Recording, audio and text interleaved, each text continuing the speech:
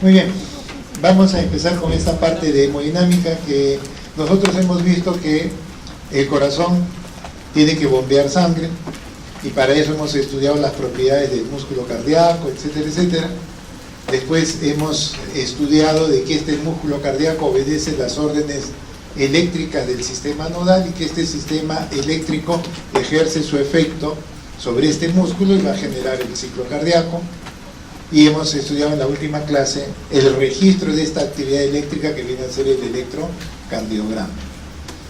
Por otro lado, hemos estado evaluando lo que viene a ser la presión. La presión es lo que va a suceder cuando la sangre sale con una determinada fuerza, producto de la contracción de la sístole ventricular.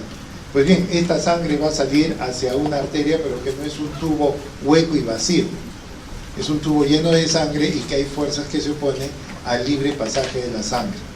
Y eso es lo que más o menos vamos a tratar de ver en lo que se refiere a hemodinámica. Nosotros, a través de este aparato cardiovascular, el corazón lo que tiene que hacer es bombear sangre. Es un músculo hueco que tiene que llenarse de sangre, bombear sangre a través de arterias, venas y capilares, y que tiene que ser sometido a determinados principios físicos de la parte hemodinámica. Entonces nosotros vamos a tener tres elementos en este aparato cardiovascular: el corazón, que viene a ser el motor. Después lo que vamos a tener es los vasos, arterias, venas y capilares, y el otro elemento importante es la sangre. La sangre, que es la que va a circular a través de estos vasos, bombeado por este motor, y que tiene ciertas propiedades. Entonces la hemodinámica lo que trata de estudiar es precisamente la dinámica, el movimiento de la sangre a través de este aparato cardiovascular. Eso es en realidad este principio de la hemodinámica. Bueno, el profesor Claude Bernard es uno de los primeros que investigó introduciendo catéteres en arterias y venas de animales para poder registrar la fuerza de la sangre. Muchos años después, este profesor Forsman, él prácticamente se introducía catéteres a nivel de una vena del brazo, una vena braquial, y podía llegar hasta la arteria pulmonar y estudiaba los fenómenos hemodinámicos de ese sector. Y aquí empieza pues todo el campo de la hemodinámica, en donde tenemos que estudiar, vamos a dividir toda la parte hemodinámica en tres partes. La primera es estudiar el flujo de sangre, el flujo que se va a mover a través de estos vasos y bajo determinados principios físicos. Y entonces vamos a estudiar las características y las propiedades de la sangre. En segundo lugar, lo que vamos a ver es que esta sangre que avanza a través de los vasos, hay fuerzas que se oponen a que esa sangre pueda avanzar libremente por los vasos, y es lo que nosotros conocemos como resistencia vascular. Y finalmente, la sangre, para que pueda avanzar, ¿qué es lo que necesita? ¿Se acuerdan? Tiene que haber una gradiente de presión. La única manera de que la sangre pueda avanzar es que haya en un sitio más presión y en otro sitio menos presión. Entonces la sangre se va a mover de más presión a menos presión, pero hay una fuerza que se opone, que es la resistencia vascular.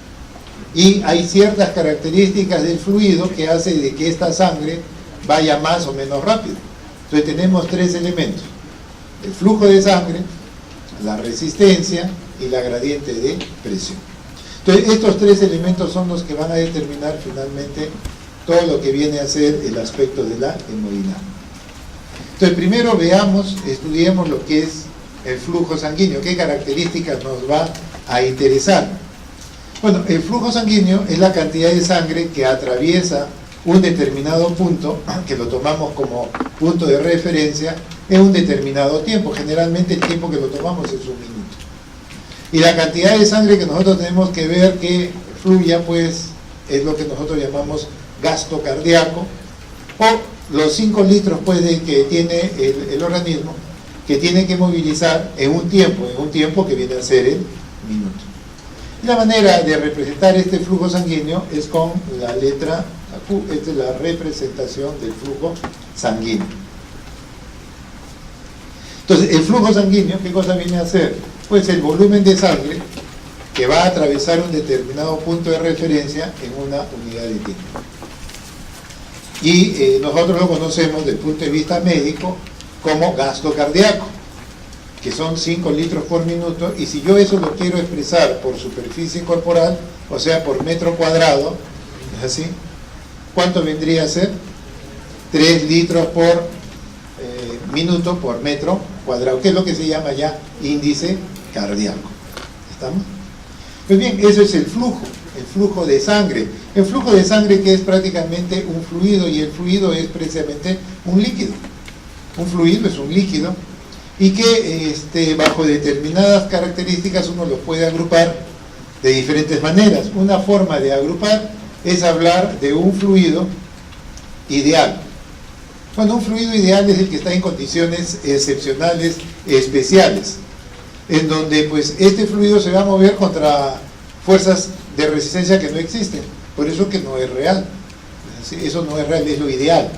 Y bueno, se puede estudiar cómo un líquido se desplaza sobre una superficie que no le genere resistencia, pero eso no es lo que nosotros vemos. Nosotros lo que vemos son los fluidos reales, en donde nosotros vamos a tener resistencias que se van a oponer a que la sangre o el fluido, que tiene ciertas características, que tiene cierta viscosidad, va a ejercer sobre las paredes del vaso.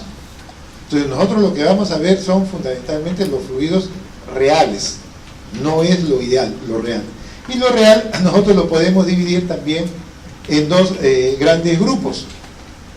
Aquellos que son los fluidos newtonianos, en donde se considera de que este fluido se va a mover bajo determinadas características que van a ser homogéneas.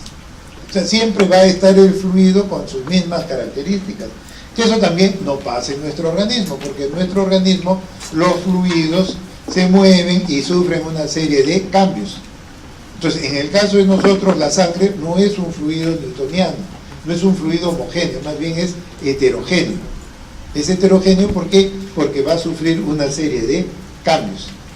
Entonces, desde el punto de vista didáctico, nosotros podemos decir que vamos a tener dos tipos de fluidos. Los fluidos en donde se van a mantener en forma homogénea sus características, su viscosidad no va a cambiar para nada, como sucede por ejemplo con el agua o una solución electrolítica, que bueno, no va a sufrir mayor cambio, pero lo real en el caso de la sangre es que esta sí sufre una serie de cambios. Su viscosidad es muy variable, va a depender de la velocidad de la sangre, va a depender de las características de la sangre, va a depender del hematocrito. Entonces la sangre no es homogénea permanentemente, constantemente puede ir variando, y varía, y eso es lo que se ve, va variando. Pues bien, esa es una forma como nosotros tenemos para entender los fluidos, pero estos fluidos, cuando se desplazan a través de los vasos sanguíneos, lo pueden hacer de dos maneras. Uno es en forma ordenada y laminar, en donde lo que vamos a tener es que el vaso sanguíneo le genera una resistencia, y entonces la sangre que está más en contacto con la pared va a sufrir ese efecto de rozamiento. Recuerden que cuando la sangre sale, no sale a un tubo hueco, sale a un tubo que está llena de sangre, sea la aorta o la pulmonar, está llena de sangre. Entonces cuando la sangre del ventrículo trata de salir, se encuentra con una serie de fuerzas que se oponen a esa salida de sangre. Y entonces una de las primeras fuerzas está dada por las paredes del vaso. Conforme nosotros nos vamos dirigiendo hacia el centro del vaso, hacia el centro hay menos resistencia. Conforme nos vamos acercando hacia las paredes, la resistencia del vaso se empieza a hacer notar más, al punto de que supuestamente en donde la sangre está en contacto con la pared del vaso, la velocidad de la sangre es cero. Es teórico porque en realidad la sangre se mueve, pero en forma experimental uno debe decir, en ese punto en que la sangre está en contacto con la pared del vaso, la velocidad por definición y por teoría es cero. Pero no todos los principios físicos se cumplen en el cuerpo humano. El vaso está en constante movimiento, la sangre está en constante movimiento, pero la teoría dice eso, que en estos puntos la velocidad es cero. Y conforme nos vamos dirigiendo hacia el centro, la velocidad va creciendo porque hay menos resistencia. Entonces lo que vamos a ver es que se van generando láminas coaxiales que vamos a tener a través del vaso, en donde la lámina que está más en contacto con la pared arterial va a tener menos velocidad y la que está más en el centro va a avanzar más rápido. Y eso es lo característico del flujo laminar. En cambio, en este otro caso, en el flujo turbulento hay todo un desorden. Ya no se generan capas, no se generan láminas. Es todo un desorden que va a haber en los flujos turbulentos. Entonces, lo que caracteriza a este flujo laminar es que se van a ir creando velocidades diferentes, en donde en el centro, en la parte central, la velocidad es mayor. Por ese sitio es que la sangre avanza más rápido, pero conforme nos vamos acercando hacia las paredes, la velocidad va disminuyendo. Entonces se va generando acá una imagen en forma de parábola. El frente por el cual la sangre avanza va dando una imagen de parábola, ¿sí? De tal forma que nosotros podemos ver que supuestamente, en teoría, la velocidad de la sangre en el punto que está en contacto con la pared del vaso, la velocidad es cero. Es teoría, pero es cero. Pero vean ustedes cómo la velocidad, conforme se va alejando de la pared del vaso, empieza a aumentar. Recuerden que esto está yendo en láminas coaxiales. ¿Estamos? Entonces, en el centro se avanza con mayor velocidad, formando esta parábola. En este punto es mayor la velocidad, y conforme nos vamos acercando hacia las paredes, la velocidad tiende cada vez a ir disminuyendo. Y entonces tenemos ese tipo de imágenes, que son varias láminas, en donde en el centro la velocidad es mayor. Si nosotros hacemos un corte transversal, de esta manera, vean ustedes, en el centro la velocidad es mayor, y conforme nos vamos yendo hacia la parte periférica, las velocidades empiezan a disminuir. Entonces, eso es lo que caracteriza, pues, al flujo sanguíneo cuando avanza a través de una arteria, en donde no vamos a tener ninguna irregularidad, una arteria en teoría sana. Así es como se desplaza la sangre. En cambio, cuando tenemos un flujo turbulento, es diferente. Acá vean ustedes que no se respetan capas, no se forman láminas, ¿no? Hay todo un desorden en el flujo que va circulando, hay una desorganización total del flujo. Y entonces ya no vamos a tener esa imagen parabólica en donde existe un orden. Acá va todo en un desorden total, las direcciones van en diferentes sentidos, y ya eso se transforma en un problema ya patológico. Ya no es el flujo normal que debemos ver a nivel del sistema circulatorio. ¿Y por qué este flujo se va a volver turbulento? ¿Por qué se produce ese desorden en las capas? Uno es la velocidad, pues la velocidad. Si la sangre avanza a una velocidad constante, el flujo va a tener todas las características que hemos descrito. Sin embargo, si ya la velocidad se incrementa tanto, va a hacer que determinadas capas empiecen a avanzar más rápido, empiecen a crear el desorden, y al final aparece un flujo totalmente turbulento.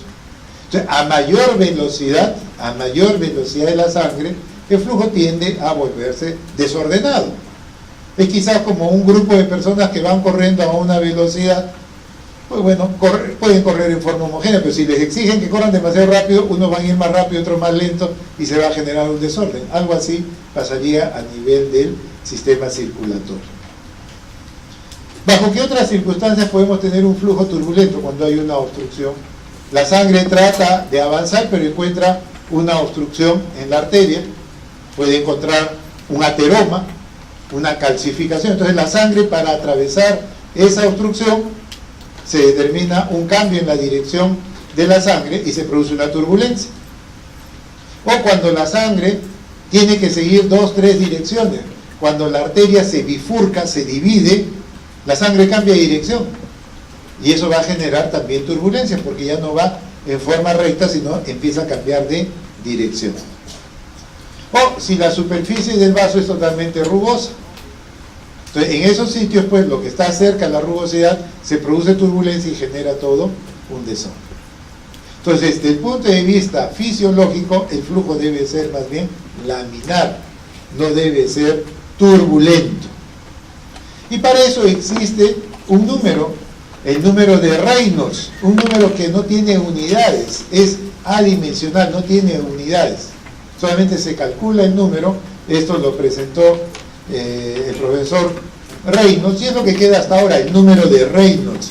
El número de Reynolds, que lo tenemos acá, esta es la fórmula del número de Reynolds, en donde vamos a ver que esto es directamente proporcional a la densidad de la sangre, es directamente proporcional al diámetro del vaso y a la velocidad de la sangre, y es inversamente proporcional a la viscosidad de la sangre. Entonces vean ustedes que si la velocidad aumenta mucho, este número de Reynolds puede crecer. Y este número se ha establecido que si el valor, recuerden que esto no tiene unidades, esto no tiene ninguna unidad. Si es mayor de 2000, ya nosotros decimos que el flujo es turbulento. Para eso sirve, solamente para decir flujo turbulento o flujo laminar. Si es menos de 2000, el flujo va a ser laminar. Para eso sirve este número de Reynolds. Pero ¿de qué depende el número de Reynolds? El número de Reynolds es directamente proporcional a, por ejemplo, la velocidad de la sangre. Y si la velocidad sube demasiado, este número de Reynolds va a subir, y si sube más de 2000, el flujo se puede volver turbulento. Y es lo que anteriormente les decía. ¿Por qué se produce un flujo turbulento? Porque la velocidad puede ser muy alta. Y se explica a través de esta fórmula. ¿Estamos?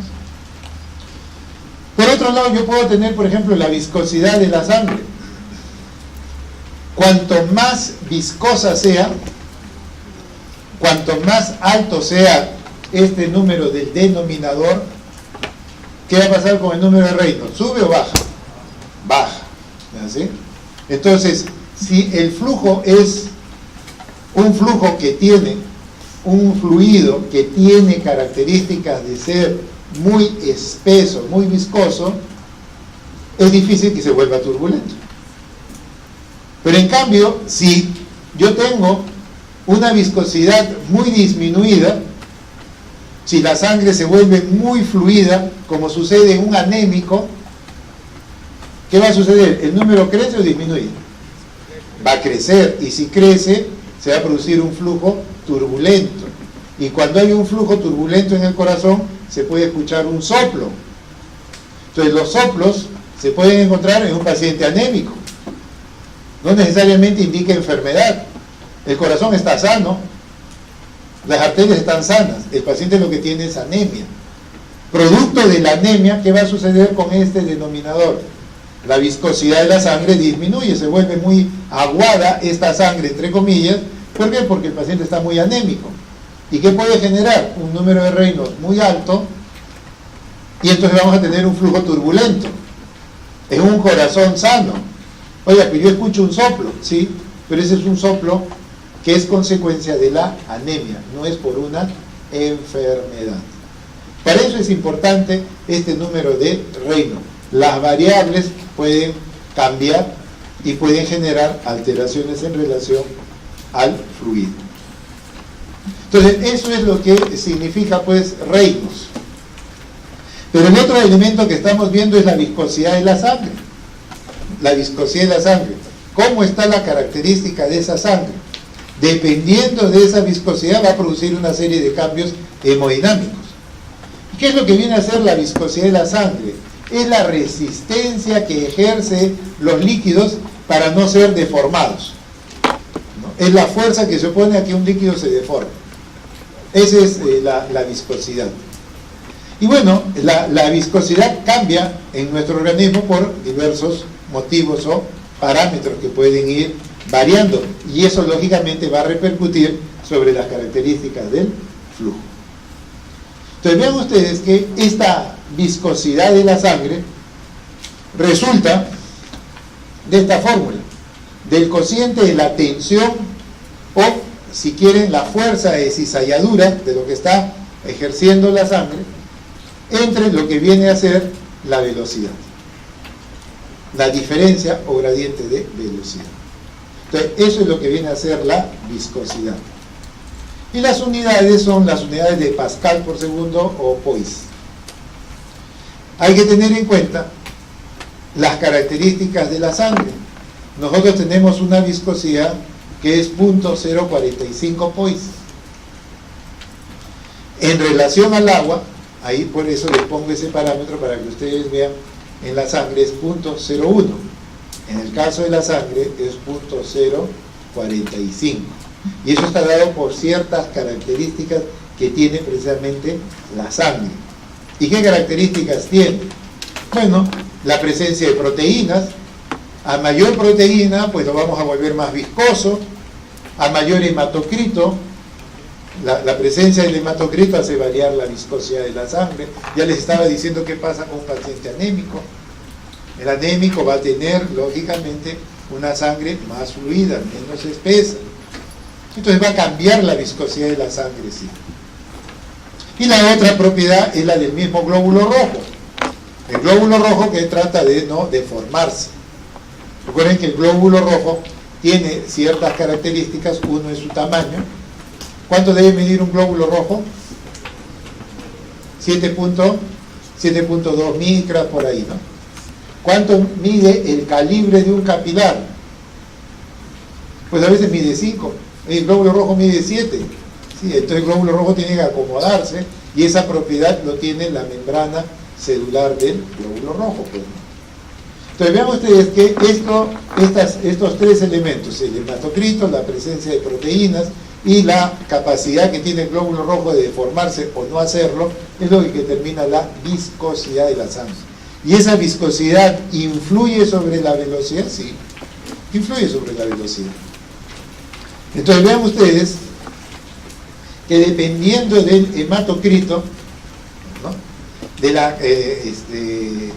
la cantidad de elementos formes, ustedes todavía no han hecho la práctica de hematología, pero lo que se hace es poner la sangre en un capilar y se puede usar una centrífuga o dejarlo un tiempo y los elementos formes de la sangre empiezan a irse hacia el fondo y hacia la parte alta queda pues el líquido.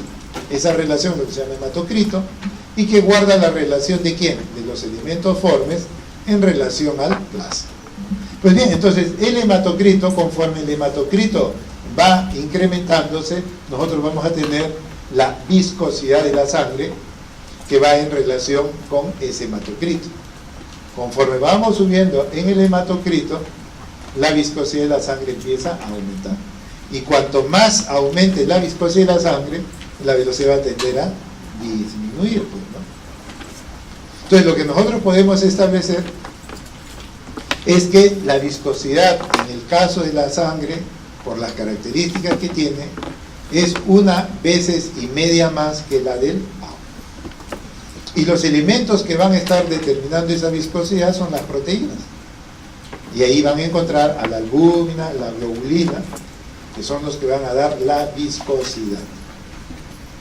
Y hay una enfermedad que le ponemos como ejemplo, el mieloma múltiple. Es una enfermedad en donde las globulinas, que son proteínas, se incrementan mucho y la sangre se va a volver cada vez más viscosa.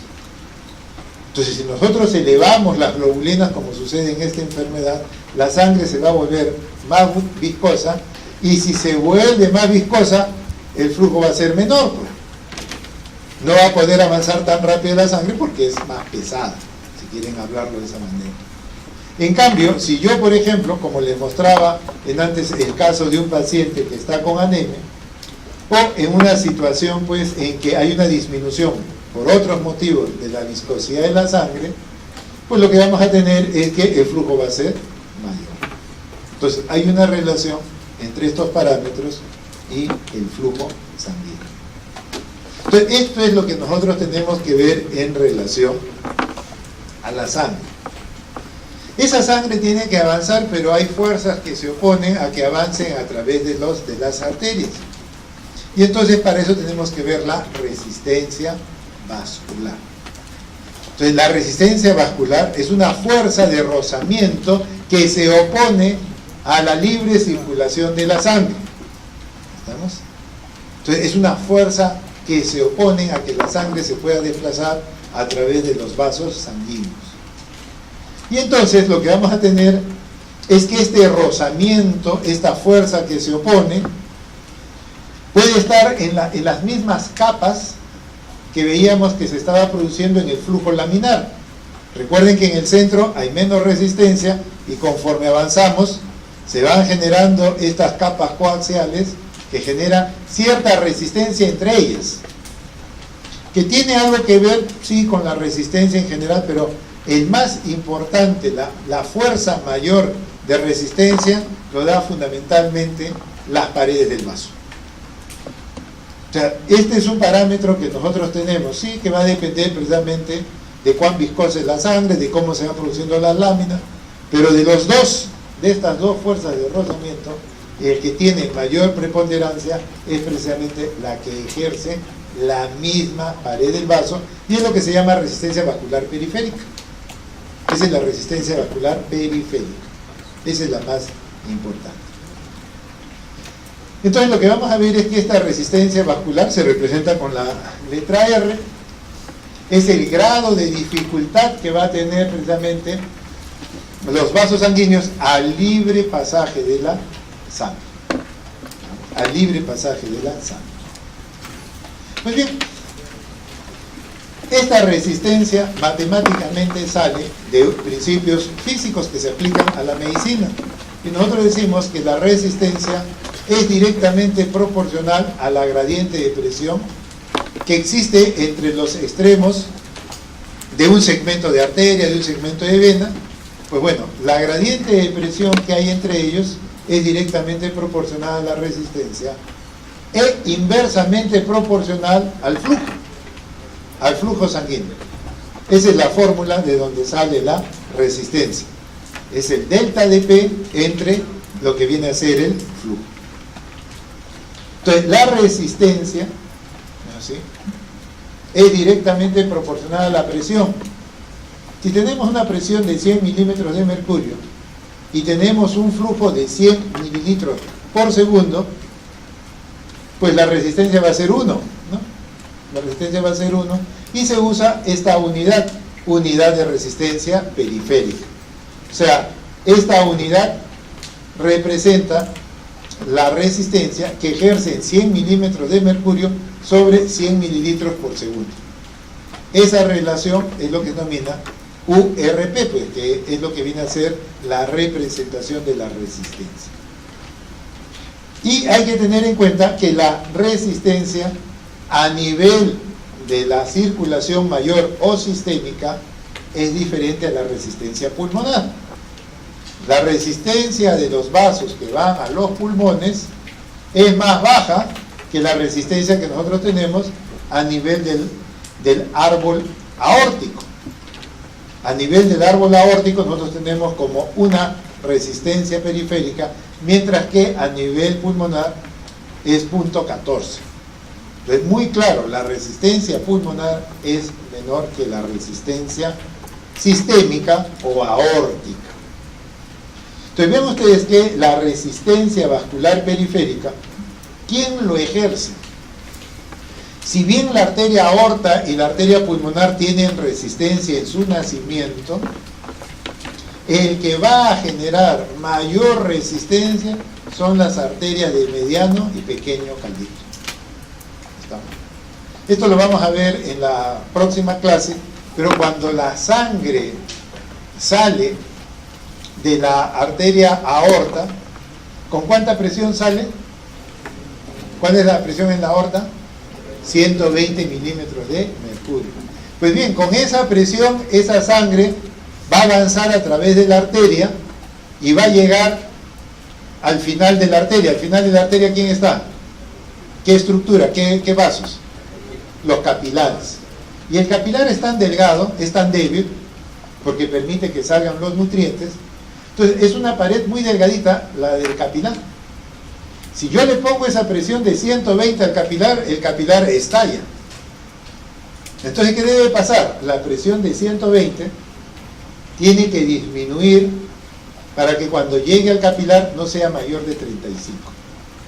Si la presión hidrostática en el capilar es más de 35, el capilar estalla. Entonces vean ustedes que la presión desde donde sale del ventrículo de 120 tiene que caer a menos de 35. ¿Estamos? ¿Por qué? Porque si no el capilar pues no va a poder mantenerse, se va a dañar.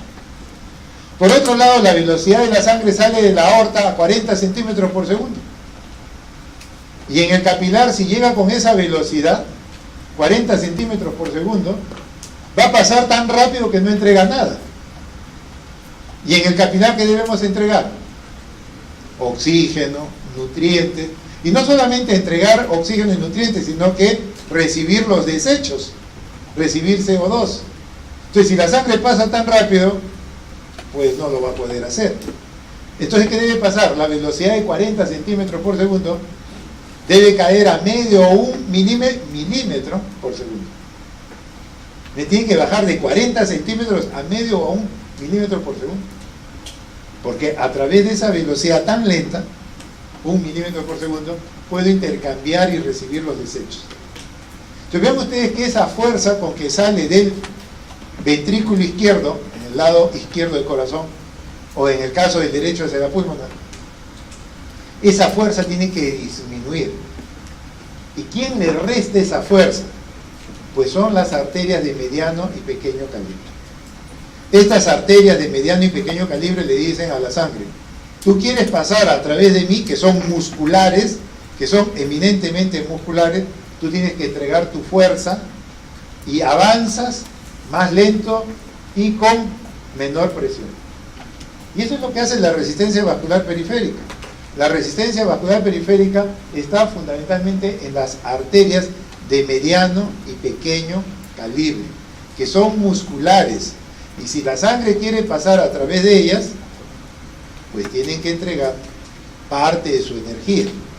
Y entonces la presión de 120 baja a 100, a 80, a 60, 40, y finalmente llega con menos 35.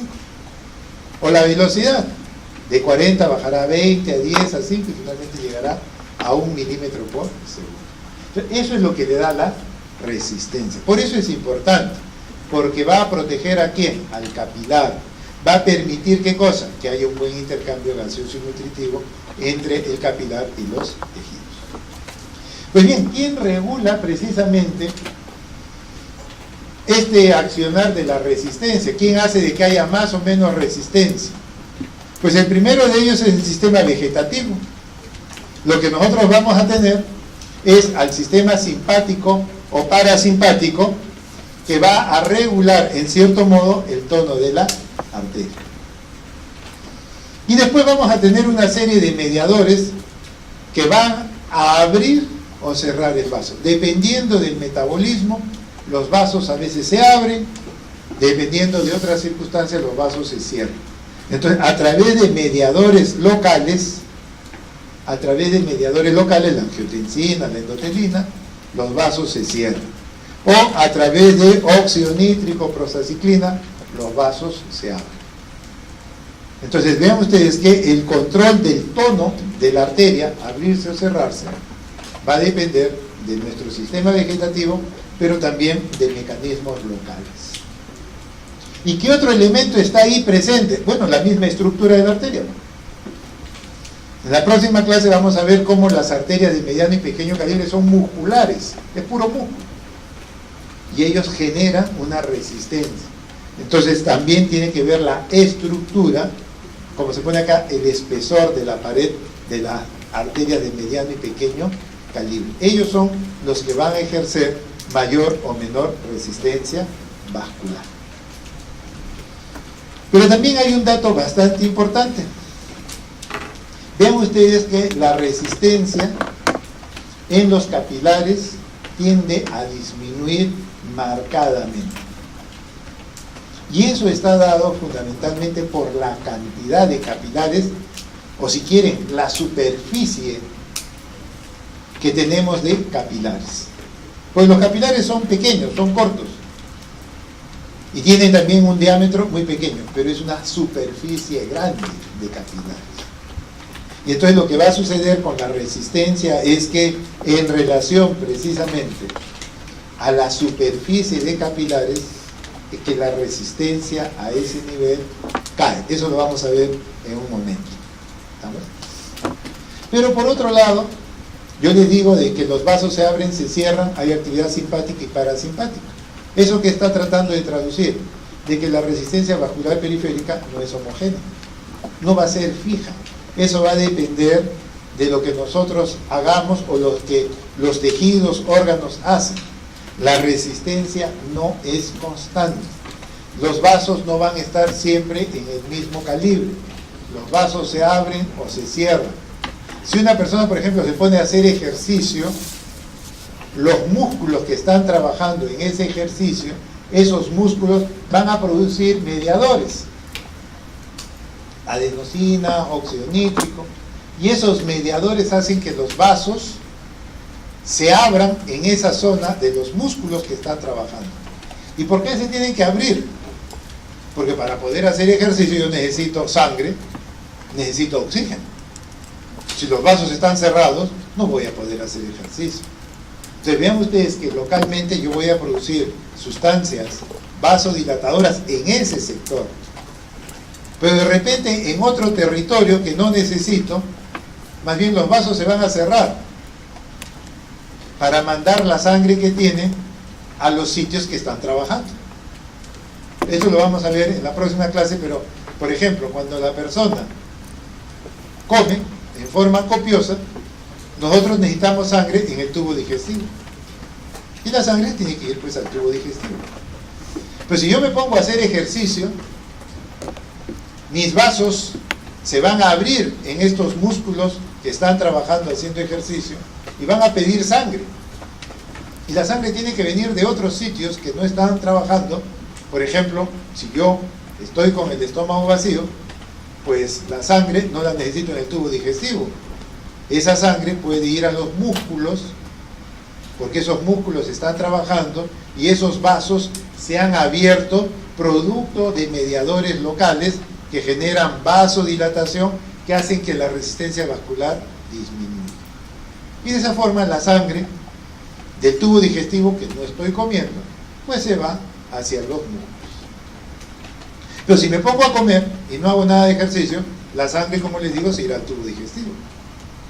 Pero ¿qué pasa si yo después de comer me pongo a hacer ejercicio con el estómago lleno? Pues la sangre no sabe a dónde irse. Por eso no se recomienda que la persona con el estómago lleno haga ejercicio, porque no es saludable. La sangre quiere irse hacia la digestión, pero también hacia los músculos que están haciendo ejercicio. Entonces no va a cumplir en ninguno de los dos sitios. Va a haber mala digestión y la persona de repente termina calambrándose. Entonces, esto de los flujos no son permanentes. La resistencia vascular no es constante. Va a depender del metabolismo de un órgano, de un tejido que a veces quiere más o menos sangre. Y eso va a determinar precisamente que también la resistencia cambie. Por momentos la resistencia puede disminuir para que ingrese más sangre, o la resistencia puede incrementarse evitando de que la sangre se desperdicie en un territorio que no necesita tanta sangre. Entonces, eso es importante para poder entender de la resistencia vascular.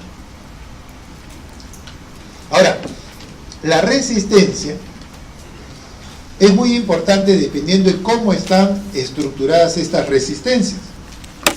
Estos son principios más bien de la parte eléctrica adaptada a la medicina. Entonces vean ustedes, yo puedo colocar acá una resistencia que se llama en serie. Entonces yo voy a tener acá una resistencia 1, una resistencia 2 y una resistencia 3. Son resistencias que se oponen a que la sangre salga. Yo voy a tener una resistencia total. Y la resistencia total, cuando esto está ubicado en serie, la resistencia total va a ser igual a la resistencia 1, 2 más 3. Voy a sumar las tres resistencias y voy a tener la resistencia total. ¿Estamos? Eso es lo que voy a hacer. Entonces, la resistencia total en relación a la resistencia 1 o a la resistencia 2 o a la resistencia 3, ¿va a ser mayor o menor? Va a ser mayor. Cuando dice eso es fácil. Pero cuando los órganos están ubicados de esa manera, la resistencia total va a ser la suma de todas las resistencias. Y esa resistencia va a ser mayor que cualquiera de ellas. Pues bien, en nuestro organismo, si así fuera, no funcionaría como funciona. Si bien la arteria, la vena y el capilar tienen una secuencia, están ubicados en series, la arteria va primero, después va el capilar y después viene la vena, tenemos una secuencia en serie, es muy diferente cuando se ubican en paralelo. En paralelo, vean ustedes, tengo resistencia 1, tengo resistencia 2 y tengo resistencia 3. ¿A qué es igual la resistencia total? Pues bueno, esto parte de lo siguiente. La inversa de la resistencia total va a ser igual a la suma de cada una de ellas invertidas. O sea, 1 sobre resistencia total es igual a 1 sobre resistencia 1 más 1 en resistencia 2 más 1 sobre resistencia 3. Cuando esto funciona para otras cosas, pero lo aplicamos en la medicina. Si yo tengo un órgano que tiene una resistencia 1, 2 y 3, pero ojo, los órganos están ubicados en forma paralela, no secuencial, la resistencia total, vean a qué igual. Si yo tengo que la resistencia 1, 2 y 3 son las mismas, resistencia 1 es igual a 2 y a la 3, la resistencia total, 1 sobre resistencia total va a ser igual a ¿qué? 1, 2 y 3, porque los tres son iguales. Voy a tener 3 en el numerador y voy a tener R1 o R2 o R3, cualquiera de las dos, cualquiera de las tres, porque las tres son iguales. Y vean ustedes qué resulta de esto. Si yo despejo resistencia total, la resistencia total es igual a la resistencia 1 o 2 o 3 entre 3. ¿Estamos? Entonces, ¿qué trata de decir esto? Que la resistencia total es mayor o menor que cualquiera de ellas. ¿Ah? La resistencia total va a ser igual a la tercera parte de cualquiera de ellas. ¿Estamos? Recuerden que en el otro caso, la resistencia total era la suma de 1, 2, 3. Vean ustedes que acá la resistencia total de todo el circuito va a ser la tercera parte de la resistencia del hígado o del cerebro o del intestino. La tercera parte. ¿Es mayor o menor? Es menor, pues. Entonces, por eso es que los órganos en el organismo y nosotros en el cuerpo humano están distribuidos en forma paralela. La arteria, el capilar y el linfático están dispuestos en forma secuencial. ¿Estamos? Los vasos sanguíneos tienen una secuencia. La arteria, arteriolas, capilares, vénulas, venas grandes, todo tiene una secuencia. Sí, pero esta resistencia está puesto en forma de serie, secuencial. Y ahí se cumple que la resistencia total es igual a la suma de ellas. Pero el resto de todos los órganos, ya no el sistema circulatorio, sino el cerebro, el riñón, todos están dispuestos en forma paralela. Todos están dispuestos en forma paralela.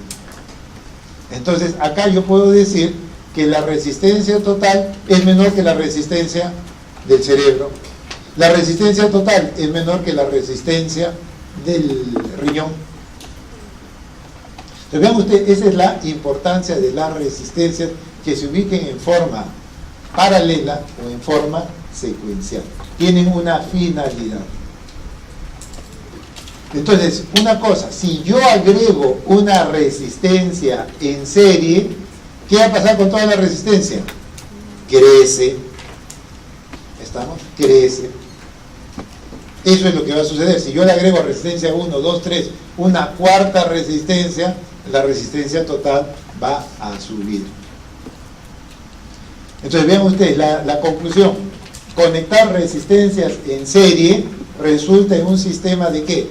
De mucha resistencia. En cambio, vean ustedes qué pasa cuando uno añade una resistencia en paralelo. Si uno añade una resistencia en paralelo, la resistencia total disminuye. ¿Lo entienden? Si no lo entienden, lo memorizan. Porque no está tan difícil, pues. Cuando van en paralelo, esos son principios que no son médicos, nosotros lo hemos aplicado a la medicina. ¿No? Eso se ha aplicado a la medicina y funciona. Pues. Entonces, si yo agrego una estructura más al cuerpo, así, la resistencia va a disminuir. ¿Estamos? Yo puedo agregarle, bueno, yo puedo tener una estructura más y que me la quitan. Sí, por ejemplo, es la placenta. Cuando estamos como feto, nosotros tenemos a todo este circuito que tenemos, un órgano más que es la placenta. Si yo agrego ese órgano, la resistencia de mi cuerpo ¿aumenta o baja? Baja. ¿Y por qué debe bajar? Porque yo necesito sangre en la placenta. Si yo aumentara la resistencia, la sangre no entra a la placenta. Ese es un principio. Esto tiene utilidad de esa forma. Si ustedes agregan, por ejemplo, la placenta, la resistencia sistémica, como está en paralelo, la resistencia total más bien baja. En el momento en que el niño nace y cortan el cordón umbilical, ¿qué va a pasar con la resistencia periférica? Aumenta rápidamente. Rápidamente va a aumentar. Y eso es lo que diferencia la circulación del feto con la nuestra. En el momento de cortar el cordón umbilical, desaparece la placenta. Ya no hay placenta, pues cortamos el cordón. Y al quitar esa resistencia, la resistencia periférica total va a aumentar. Mientras que cuando era feto, la resistencia era más baja. Esto tiene aplicación, por eso les digo, no es cuestión que lo ponemos, pero tienen que entenderlo. Una cosa es el sistema en secuencia y otra cosa es en paralelo. Entonces ya hemos visto la sangre, la viscosidad de la sangre, el flujo que puede ser turbulento o puede ser laminar. Hemos hablado de la resistencia periférica. Y el tercer elemento es que la sangre solamente se mueve si hay una gradiente de presión. Entonces vamos a ver las características de la presión arterial. La presión arterial, matemáticamente, ¿qué cosa viene a ser? La fuerza sobre el área. La presión arterial es la fuerza que ejerce la sangre sobre la superficie de las arterias, que se llama presión arterial. Puede haber presión venosa, será sobre la vena. Bueno, nosotros lo que vamos a ver es la presión arterial sobre las arterias, la fuerza que ejerce la sangre sobre las arterias. Y eso se expresa pues en milímetros de mercurio. Hay otras unidades, pero generalmente nosotros lo hacemos en milímetros de mercurio.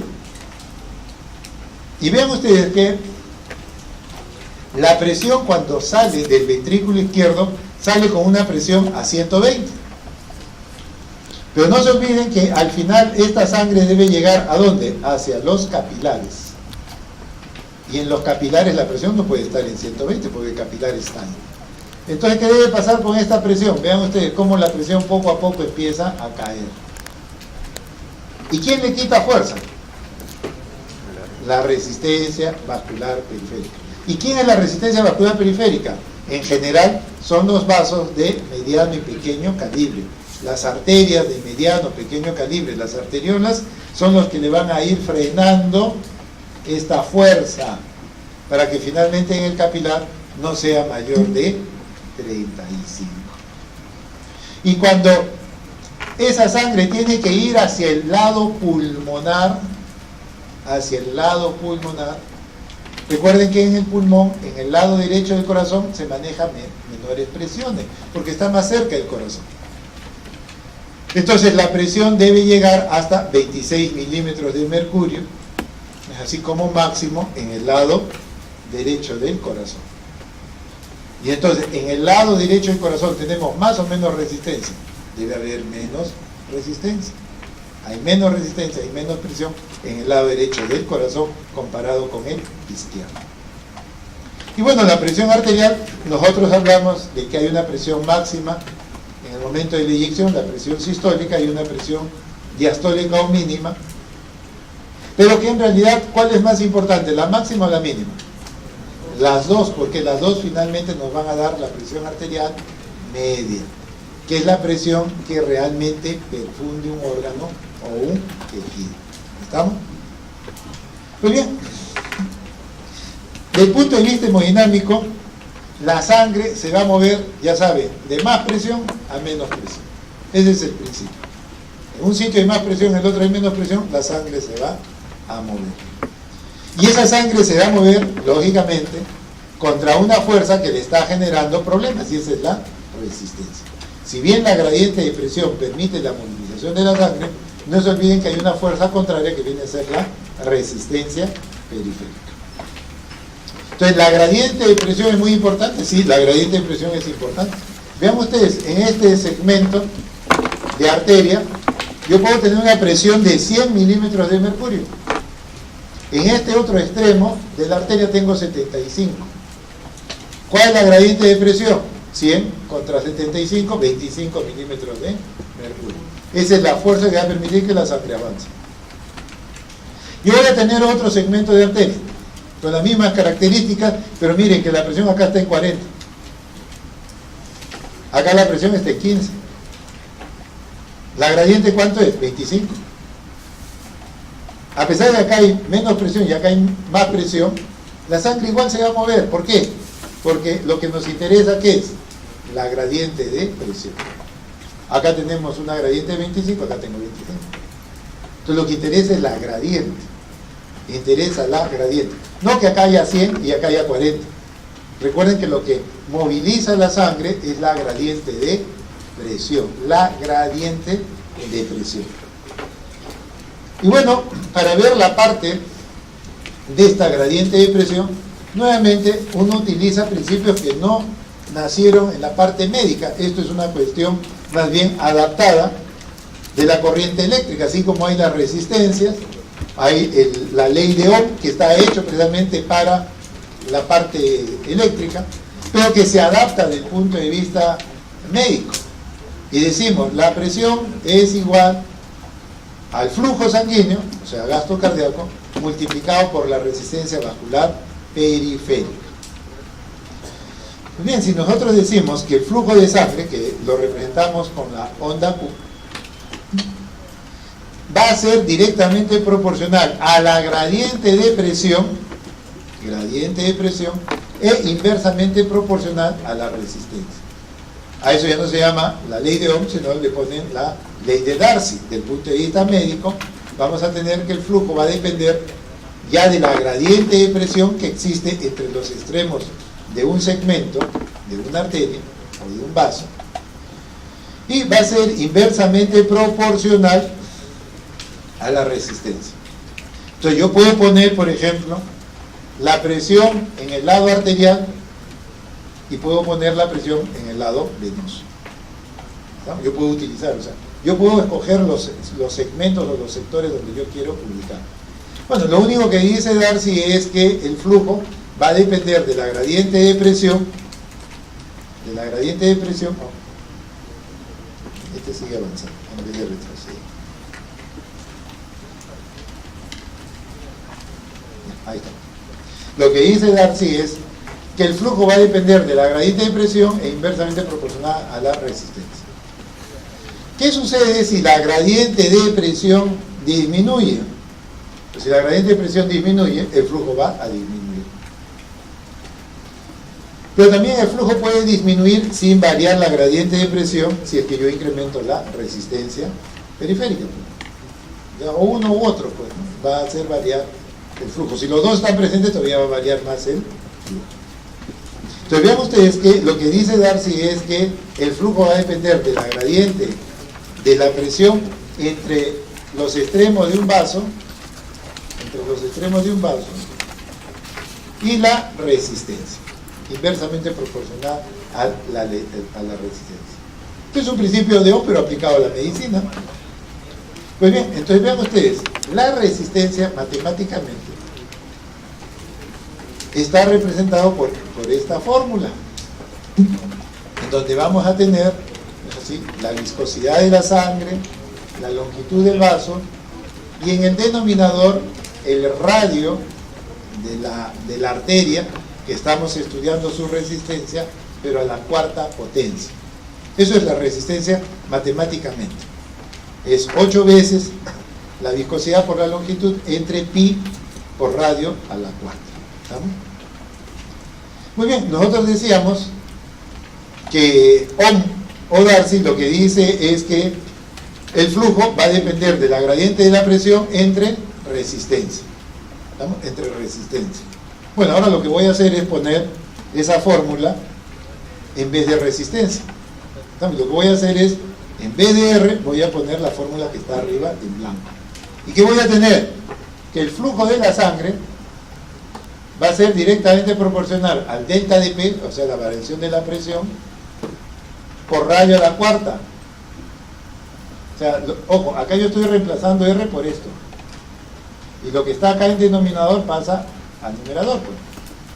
Entonces voy a tener que el delta de P multiplicado por radio a la cuarta entre 8 veces la viscosidad por la longitud del vaso. Eso determina el flujo de sangre. Y eso es finalmente la ley de Poiseuille. La ley de Poiseuille dice que el flujo sanguíneo es directamente proporcional a pi por la gradiente de presión por radio a la cuarta entre 8 veces la viscosidad de la sangre por la longitud. Esa es la ley de Poiseuille. Pero vean ustedes que de todas estas variables, el flujo sanguíneo, la cantidad de sangre que se va a mover, bueno, va a depender de la presión. Sí, pues la gradiente de presión hace variar el flujo. Si yo varío la viscosidad de la sangre, lógico, si yo varío el denominador, también el flujo va a cambiar. Pero cualquiera de estos parámetros, cualquiera, el P, la viscosidad o la longitud, puede cambiar y eso va a influir sobre el flujo, sí. Pero ¿quién es el que influye más que estos tres? El radio. ¿Y por qué? Mírenlo, pues está la cuarta potencia. Entonces, si yo quiero simplificar la ley de Poiseuille, el flujo, ¿de qué depende? Del radio de la arteria, porque lleva potencia 4. ¿Qué les quiero decir con esto? Basta que el vaso se abra ligeramente, basta que el radio aumente ligeramente, como lleva potencia 4, el flujo de sangre aumenta marcadamente. Y basta que yo cierre el vaso ligeramente, yo lo que voy a conseguir es que el flujo sanguíneo cambie marcadamente. ¿Por qué? Porque está la potencia 4. Los otros factores pueden variar, sí, pero si bien ellos cambian, no cambian en la magnitud del radio. Entonces, muy importante el estado de vasodilatación o de vasoconstricción. Pequeñas variaciones en el radio genera marcados cambios en el flujo sanguíneo. ¿Por qué? Porque precisamente está a la cuarta. No se vayan a olvidar de eso. Eso es muy importante. Entonces vean ustedes que prácticamente el flujo depende del radio. Uno puede simplificar esa fórmula diciendo el flujo depende del radio y eso es verdad. Pero ¿se acuerdan cómo era la fórmula de la resistencia? La resistencia es 8 veces la viscosidad por la longitud del vaso e inversamente proporcional a pi por radio a la cuarta. ¿Estamos? Ahora miren, ¿eh? La resistencia puede variar si la longitud del vaso cambia, sí. Si la viscosidad cambia, y sí. Pero ¿cuál es el parámetro más importante que va a afectar a la resistencia? El radio del vaso. Entonces, si el radio del vaso, ¿sí?, si el radio del vaso disminuye, el vaso se cierra ligeramente, ¿qué pasa con la resistencia? Sube marcadamente. ¿Por qué? Potencia 4. Basta que el vaso se cierre un poquito, como tiene potencia 4, eso va a crecer, el denominador crece, y si el denominador crece, la resistencia, pues definitivamente vamos a verla que se incrementa. Y si yo abro el vaso ligeramente, va a suceder lo opuesto. Entonces vean ustedes que la resistencia, si uno lo quiere simplificar, es 1 sobre R radio a la cuarta. ¿Qué sucede si yo, por ejemplo, hago que el vaso se cierre a la mitad? ¿Qué va a significar esto? Bueno, lo que va a significar es que yo voy a tener que la resistencia es 1, la mitad a la cuarta. Y entonces voy a tener 1 a la 4 es 1, 2 a la 4 es 16, pero esto sube al numerador. De tal forma que el vaso, cuando se cierra a la mitad, la resistencia aumenta 16 veces. La resistencia aumenta 16 veces. Esto es relación inversa. Esto es muy importante, ¿por qué? Porque la presión arterial depende de la resistencia. Si ustedes cierran ligeramente el vaso, la presión sube marcadamente. Ustedes usan los medicamentos para la presión, ¿y qué hacen? Que la arteria se abre un poquito y la resistencia cae marcadamente y la presión arterial cae marcadamente. En eso se basan los medicamentos para la presión. Abren el vaso. Y si abren el vaso, la resistencia cae y la presión arterial también disminuye. Entonces, muy importante el radio de las arterias. Pequeños cambios en el radio generan marcadas variaciones en la resistencia vascular. Eso es muy, muy importante.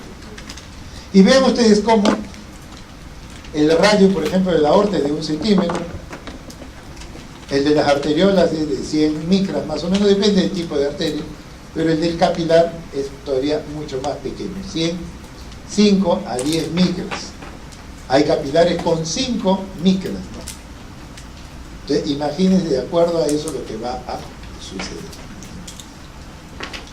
Entonces tenemos esta fórmula donde estamos viendo la importancia del radio del vaso. Si el radio aumenta, o sea, si el vaso se abre, la resistencia cae y el flujo sanguíneo aumenta. Si el radio se disminuye, si el vaso se cierra, la resistencia crece y el flujo disminuye. ¿Estamos? Entonces nada más es tener en cuenta dónde está R a la cuarta. Muy bien, eso es la resistencia, pero los vasos lo que tienen que hacer es conducir sangre. Entonces, hay otra propiedad que se denomina pues la conductancia sanguínea. Y es la facilidad pues que le dan los vasos a que la sangre circule a través de ellas. Y la conductancia es totalmente opuesta a la resistencia.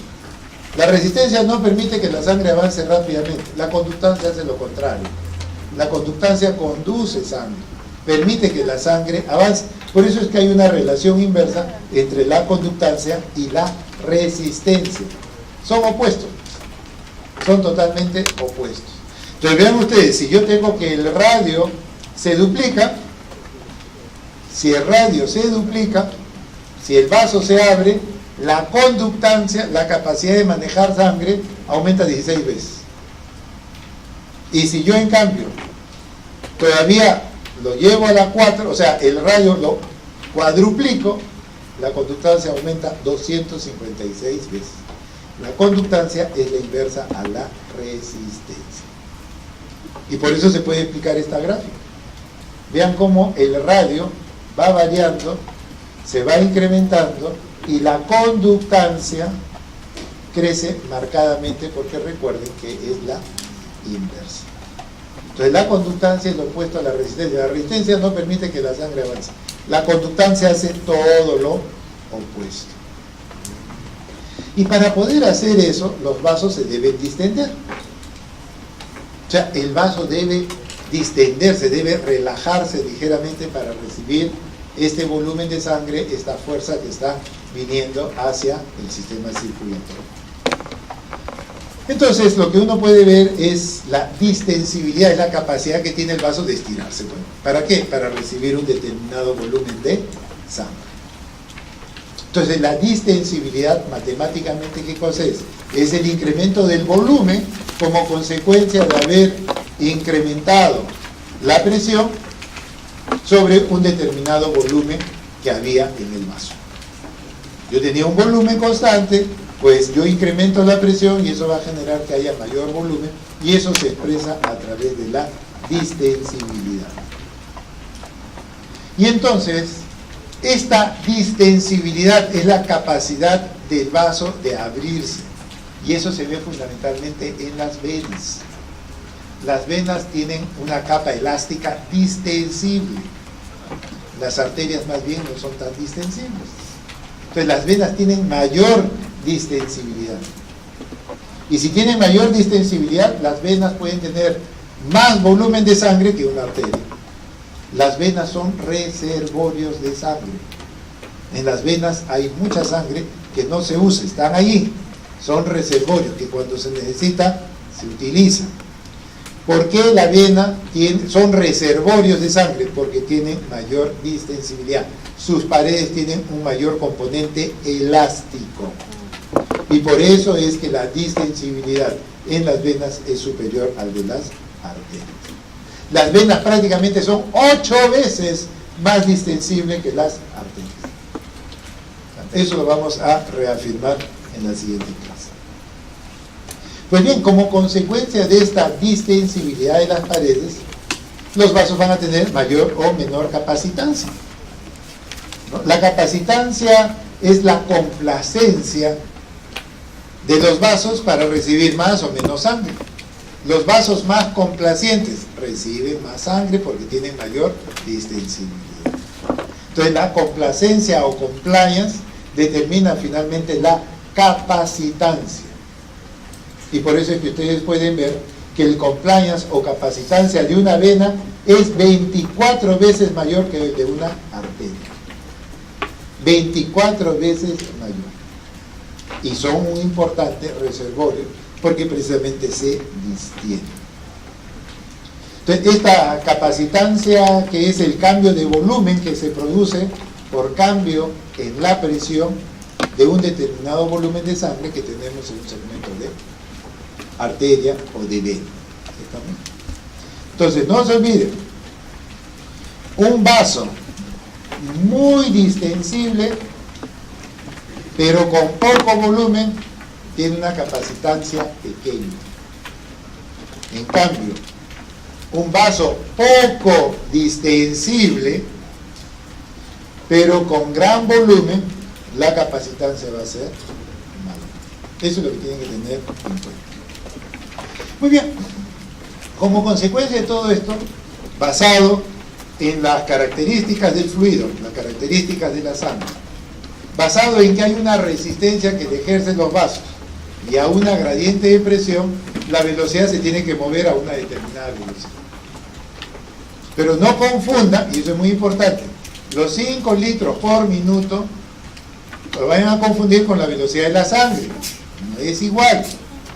Una cosa es el gasto cardíaco y otra cosa es la velocidad de la sangre. La velocidad es la relación del flujo sanguíneo sobre la superficie que estamos hablando. ¿Estamos? Entonces tenemos por un lado el flujo de la sangre, pero tenemos que tener en cuenta de qué sector estamos hablando. Del sector de la aorta, que tiene esta área o superficie, o los 2.500 centímetros cuadrados que tiene los capilares. Entonces, esa relación de la velocidad, vean ustedes, es flujo sanguíneo entre superficie o área transversal, superficie corporal o área transversal. Entonces, si yo tengo, por ejemplo, acá están la arteria que se va ramificando en los capilares. Los capilares pues se reúnen y forman vénulas, y por acá tengo venas. ¿Cuál es la superficie más o menos que decimos de la arteria aorta? Bueno, su superficie inicial es 2.5 centímetros cuadrados. ¿Cuál es la superficie de los capilares? Ah, bueno, los capilares sí. Si juntamos todos los capilares, la superficie de los capilares es de 2.500 centímetros cuadrados. Y si vemos el sector venoso, más o menos la superficie de las venas es 250 centímetros cuadrados. ¿Sí? En forma teórica, por cada arteria, ¿cuántas venas hay? ¿Ah? Eso han hecho en anatomía, que han llevado anatomía. Por cada arteria hay siempre 2 venas. No se cumple en todos sitios, pero en general, por cada arteria vamos a tener 2 venas. ¿Por qué? Porque por la arteria la sangre va muy rápido, pero por las venas va lento. Entonces, si yo tuviera una arteria y una vena, por la arteria va rápido, pero por la vena lento, va a haber un sitio donde se congestiona. Por eso la necesidad de contar en muchos territorios que por cada arteria tenemos que tener 2 venas. Por la superficie. ¿Cuánto significa la superficie? Entonces vean ustedes, yo tengo 5 litros de sangre. Esos 5 litros de sangre en el lado arterial, solamente en el lado arterial. Si yo divido los 5 litros de sangre entre 2.5 centímetros cuadrados, yo voy a tener un valor de 200 centímetros por segundo. Es nada más para explicar un detalle, no es que tienen que memorizar ese número, no. Solamente entender lo siguiente. Vean qué sucede con esa velocidad cuando entran a los capilares. Igual voy a tener los 5 litros de sangre, pero cuando lo distribuyen en la superficie de los capilares, voy a tener que dividir 5.000 entre 2.500. ¿Y qué pasa con la velocidad? ¿Qué pasa con la velocidad? ¿Aumenta o disminuye? Disminuye, pues. De 200 centímetros baja a 2. Y eso es importante. Claro, porque en el capilar es necesario que la sangre vaya lento para el intercambio gaseoso y nutritivo. Y cuando la sangre sale hacia el lado venoso, la velocidad, nuevamente, 5.000, que es los 5 litros de sangre, entre 250, la velocidad ahora es de 20. Lógico, la velocidad en una arteria es mucho más alta que una vena o que un capilar. ¿Cumplen su función? Sí, pues porque en el capilar necesito que la sangre vaya muy lento para el intercambio gaseoso y nutritivo. Y por diversos mecanismos, la sangre en la vena tiene que regresar más lenta porque no tiene la misma propiedad que sucede en el lado arterial de la presión hidrostática. Por eso esas diferencias que uno debe tener en cuenta. Vean ustedes, la velocidad en la parte alta va a tener relación, va a cambiar dependiendo de la superficie o el área transversal que se necesita, ¿no? Más o menos acá. Cuando hablamos de capilares y vénulas, vean cómo esto cae marcadamente en el capilar y en las venas vuelve a subir ligeramente. Entonces hay una relación clara entre estos dos parámetros. Entonces vean ustedes que la velocidad en un vaso de mayor calibre, pues la velocidad va a variar y podremos graficar esto. Yo tengo una... A ver si tengo... Esta fotografía no la... La velocidad que tenemos acá de 5 centímetros cúbicos por segundo entre una superficie, estamos poniendo acá una superficie de 5 centímetros cuadrados, me da una velocidad de 1 centímetro por segundo. Pero vean ustedes qué pasa cuando voy al vaso más chico. La velocidad, bueno, la velocidad va a tender a ser la misma. Sí, pero vean ustedes qué sucede por la superficie corporal, o la superficie de sección, o la superficie transversal. Acá el área transversal es más chica. Entonces vean cómo la velocidad empieza a incrementarse. Cómo la velocidad crece cuando tenemos un vaso de calibre menor. ¿Eso tiene alguna importancia? Sí. Porque vean ustedes que los líquidos o la sangre se mueve lentamente en arterias grandes y se mueve más rápido cuando tenemos sectores más angostos. Y bueno, esta sangre se va a tener que mover de un sector a otro, se tiene que conducir la sangre. Y entonces aparece este concepto de continuidad, porque al final tiene que haber una continuidad. La sangre es la misma, dependiendo si está en arteria, vena o capilar, pero la sangre sigue siendo la misma. Entonces vean ustedes que para poder explicar este principio de continuidad, vean ustedes, el flujo, de acuerdo a esta fórmula, es igual a velocidad por área. El flujo es igual a velocidad por área. Entonces, si yo tengo este flujo en ese sector de un vaso, pues es el mismo flujo que está en el otro sector. Lo que está acá arriba, el flujo al final es el mismo que el que está acá. Pero el flujo no va a cambiar, ¿no? Entonces yo parto de que el flujo en 1 es igual que el flujo en 2. En eso parto. Ahora aplico mi fórmula. B1 por A1 va a ser igual a B2 por A2. Variaciones en el área o la velocidad tienen que acomodarse para que todo sea homogéneo. Eso es al final la continuidad. El flujo en punto en Q1 y en Q2 deben ser iguales. Lo que tenemos que hacer es igualar B por A, tanto en el primer punto como en el segundo punto. ¿Y eso qué me va a permitir? Lo que me va a permitir es que la circulación de la sangre constituye pues un circuito continuo. La sangre va a avanzar de un sitio a otro, el volumen es el mismo, pero sencillamente hay ciertas variables que si uno crece, el otro tiende a disminuir. ¿Para qué? Para mantenerse en forma homogénea y que exista continuidad entre el flujo sanguíneo de un sector con otro.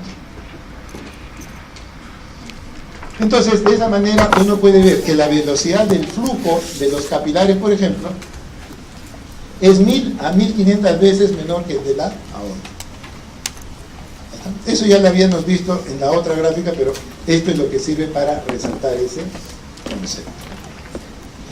Entonces, dependiendo del área, lógicamente las velocidades van a cambiar porque el flujo sigue siendo el mismo. El flujo sigue siendo el mismo. Dependiendo del área, las velocidades van a variar. Y esta ley, ya la hablamos algo de la ley de Laplace que tenía que ver con la sangre cuando sale del ventrículo, que está dado por la tensión que sufren las paredes del ventrículo, pero ahora lo vamos a aplicar a las arterias, es lo mismo. La tensión de las paredes arteriales va a depender de la presión, del radio e inversamente proporcional al grosor. Eso mismo que se veía en el ventrículo se aplica en este caso a los vasos. Y la tensión que se va a tener dentro de las paredes de una arteria van a ser directamente proporcional a la gradiente de presión por el radio e inversamente proporcional al grosor de la pared. Entonces, esto es importante para poder entender los fenómenos de resistencia a nivel arterial. Eso ya lo hemos visto, ¿no? Y ahí se explica de esta manera por qué la ley de Laplace es útil en la parte de cardiología. Y finalmente, para terminar, la ecuación de Bernoulli. Esa también es bastante importante porque lo que va a traducir es precisamente en relación a la presión y al área transversal. ¿Qué es lo que indica acá? Si se reduce el área transversal de un vaso, para que aumente la velocidad del fluido que pasa a través de ella, lo que va a suceder es que se va a reducir la presión. Y a la inversa. Entonces, hay una relación entre la presión, el flujo y el área, presión. Y a través de esta ecuación de Bernoulli, uno puede entender finalmente el fenómeno hemodinámico de las variaciones que se puede producir por parte del área transversal en abrir y cerrar un vaso, que va a generar un efecto sobre la presión arterial.